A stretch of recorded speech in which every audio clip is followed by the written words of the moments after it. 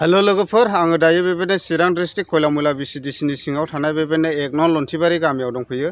दा बेयाव बेबायदिनो हाग्रानि मासे मैदेरा फैनानै मोनसे न'खराव हाबनानै बेबायदिनो न' बां बेबायदिनो बुफाय बुसि खालामनानै गालांदों। दा आङो बेखौनो खबर हरजानाय हिसाबै आङो फैदों। दा मा रोखोम खालामलांदों नोंथांमोना आंनि भिडिअनि दारैनो गासैखौबो नुलांजोबखागोन। अब्ला भिडिअखौ नायलांदो। दा मैदेरा नै बेजोंनो थांदों, नै बेयाव बेराबो सिफायदों आरो बेजों लोगोसे नै बेयावहाय गयखौबो गाफायनानै गालांदों। नै आङो नायलांगासिनो दङ दायो। ओमफ्राय बेफोरबायदि खान्थालफोरखौहाय जादोंमोन। दा नै गासैखौबो बेफोरबायदि लेथेर फेथेर खालामनानै गालांदों आरो बेजों लोगोसे नै बेयावहाय एसे साफुनानैबो गालांदों आरो बुस्थुआ जोबोर गिदिरमोन। नै बैसिम थांखादों आरो साफुनाया। दा बेजों लोगोसे नै दा नै आगानफोरा बेफोरनो गासिबो दाबायजोब्बाय आरो नै ओरैबायदि गिदिर गिदिर आगाना।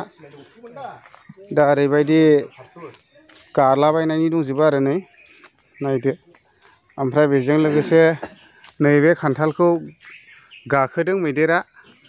नै बेयाव थोंसे गादों आरो बेजों लोगोसे नै बैयाव थोंसे गादों। आगाननि सिन दङ नै ओइ आगाननि सिन। ओरैबायदि दंफां गाखोनानै बै थिखिनि गोजौनि खान्थालखौ खानानै जानाय जादों। नोंथांमोना निस्सय गोसोफ्राव जेनेबा फोथायाबो जानो हागौ, नाथायब्ला मैदेराबो दंफां गाखोयो आरो बे रियेल आरो बयबो नुदों दिनै मोनानि गेजेरावहाय मैदेरा दंफां गाखोनायखौ। माने सिगांनि आथिं थोंनैखौ गोजौआवहाय गाखोथारदों आरो बैयाव थोंसे गादों आरो बेजों लोगोसे नैबेयाव थोंसे गानानै ओमफ्राय सुन्दायजों बै थिखिनिनि खान्थाल फिथाइखौ नाहारनानै जादों आरो बेखौ गामिनि बयबो दिनैहाय रियेल नुनो मोन्दों आरो मैदेरा दे दंफां गाखोयो बेयावसो गोबां मानसिफ्राबो नुनो मोन्दों आरो। अब्ला नायलांबाय थादो मैदेरा मा रोखोम खालामदों। नै बेफोरबायदि अबस्था खालामनानै गालांदों आरो नै बेयावहाय ओंखाम संग्रा, ओमफ्राय दा बेयावहाय ओंखाम संग्रा न'खौ सोला बोला खालामलांदों। गासिखौबो बुफाय बुसि खालामनानै गालांदों आरो बेजों लोगोसे मैदेरा बेजों थांदों। नै आगानाथ' बेनो नै ओरै थांदों। दा आङो देखायगासिनो दङ। नै दा न'आ ओरैबायदि खालामनानै गालांदों आरो दा बे मेन थाग्रा न'मोन, बेयावनो उन्दुदोंमोन मानसिया। नै सखिफोरखौबो बेफोरबायदि अबस्था खालामनानै गालांनाय जादों। ओरैबायदि बुफाय बुसि खालामजोबदों आरो नै दा नै गासैबो सि जोम बेयावनो दंजोबो। नै लेखा पत्र गासैबो बेयावनो दंजोबो। मैदेरा बेबायदि अबस्था खालामनानै गालांजोबनाय जादों आरो दायो नै दा नै नायदो। आरो ओरै उसुंथिंजायबो आङो देखायगासिनो दंबायो। ओरैबायदि मानसिखौ होसोदों आरो दा भाग्य गोनां, दा मानसिखौ मोनैखायसो दा बासायबाय। जुदि मोनबाथ' बुथारनानै गालांगौमोन आरो दा नै बेफोरबायदि अबस्था आरो उसुंथिंजायबो एकदम अबस्थानो गैया। दा मानसिया खारनानैसो गदों आरो नै ओरैबायदि दुखुनांथाव। दा नै न'आ बेनोमोन ओरैबायदि। आं दायो न'खरनि मानसिनाव सोंनि मा रोखोम अबस्था जादोंमोन।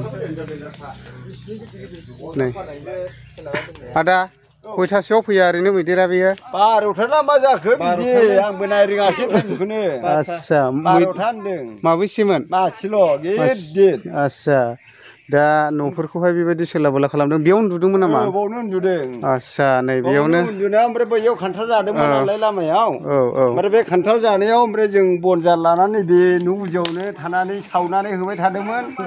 खाराखै। ओमफ्राय ओरै बारा खाथि फैनानै आरो न' गुदिनि खान्थाल फांसेयाव हाबफैबावबाय। हाबनानै बै खोला बे मैदेर खाथियावनो जों होबावदोंमन आरो बेयावबो माबा जायाखिसै बारा डिस्टार्ब खालायनायखाय जोङो खोलाजों खारलांदों। ओमफ्राय बेवहायनो न'खौ गासिबो सिफाय फैजोब्बाय आरो जों खारलांनायाव। आस्सा दा नै न'आ ओरैबायदि सिफायनानै गालांजोबनाय जाबाय आरो दुखुनांथावनि बाथ्रा। दा न'फोरखौ नै बेफोरबायदि सोला बोला खालामनानै गालांदों। बे न'आनो जादोंमोन जाहैबाय नै आदानिमोन। दा आदाया मा नाम खिन्थानाय लाहोग्रोदो। आंनि नामा गरेस्वर बसुमतारी।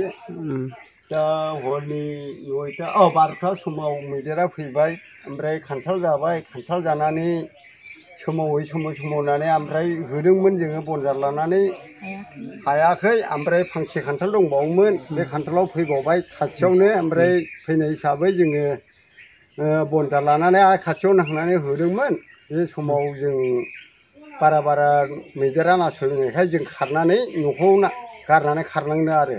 दा जुदि न'खौ नागारनानै खाराब्ला हयथ' गिनांगौबो गोनां जानो हागौमोन बा मैदेरा होसोनानै बुथारनोबो हागौमोन बायसान्सआव। दा फरेस्ट बिफाननिफ्राय आदानि न'आवहाय फैदों नामा ओरैनो नायनो? दाथ' फरेस्ट बिफाननिफ्राय फैयाखै। खबर हरनाय जाबाय जेनेबा? जों लेंहरदोंमोन जायखिया फैनाय जायासै फरेस्ट डिपार्टमेन्टआ। आदसा। दा जोङो ओरैबायदि लुगैदोंमोन दा जोंहाथ' बिगारिनि न'खर। दा जों फरेस्ट डिपार्टमेन्टनिफ्राय मोनसे अनसुंथाइ मोनोब्ला जोबोद गाहाम जागौमोन आरो। दा एसेसो ने सरखारफोरनिफ्राय ना? दा आदामोना अलरेडि फरेस्ट बिफानावबो खबर हरनानै दोनबाय होननानैहाय खोन्थाबाय। दा बिथांमोना सफैयाखै। दा नैबेफोरबायदि खालामनानै गालांबाय आरो। अब्ला आदा बेखिनियानो ने? आदसा होमब्ला गोजोननाय थाबाय आदामोननिसिम। बुदि मैदेरा दे दंफां गाखोयो नों नुफेरदोंमोन मालाबा? नुबायानो होनदो दिनैहाय हनै। आयु। मैदेर बेला आथिङा बोयो थांखागोन ना। अयथासार गोजौनिखौ गाखोना जादों ने? ग्रोबल' जाबायब्रा ग्रोबल' जाबाय बियो। उननि आथिङा बाव थाबाय ओरैहायल' सुंथा हरनायल' जाबाय। बैयाव गाखोबाय। बे ओरैबो मानसि गिदिंलांनायनि खिबुआ उननि आथिंजों जानायाव गफिननायनि बे मेगना बे गिदिंनाय आथिङा। दा लोगोफोर मैदेराबो दंफां गाखोयो नै ओरैबायदि गोजौआव आरो। नोंथांमोननोथ' आङो देखायखाबाय आगाना बबेयाव दङ। ओरैबायदि गिदिर खान्थाल। बै थिखिनिनिखौथ' मोनहानाय जायाखिसै ओरैनो जिखिनि मोनहाबाय बेखौहाय जाबाय आरो बिसोरो गाखोनानै।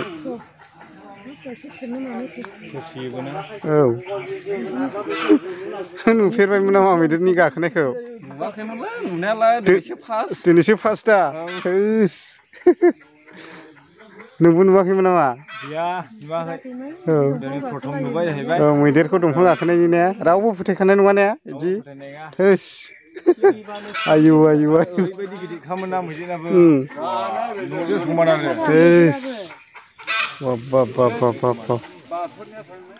अब्ला लोगोफोर दिनैनि भिडिअ'आ बेखिनियानोसै। नोंथांमोना भिडिअ'खौ नायनानै बेबायदिनो मोजां नांदोंब्ला लाइक कमेन्ट खालामनानै होनो हागोन।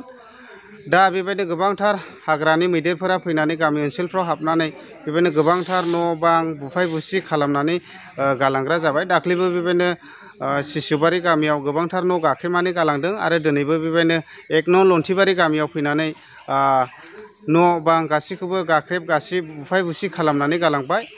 दा मा खालामनो, दा बिथांनिया ओरैबायदि अबस्थायाबो गैखामोन, गोरिब न'खरमोन। मानो होननानै बुङोब्ला दुखुनांथावनि बाथ्रा, हाग्रानि मासे मैदेरा फैनानै गोबांथार बुफाय बुसि खालामनानै गालांबाय। दा दिनैनि भिडिअ'आ बेखिनियानोमोन। नोंथांमोना भिडिअ'खौ नायनानै गोसोफ्राव मोजां मोनदोंब्ला लाइक खालामदो। अब्ला एसेनोसै लोगोफोर, बाय बाय।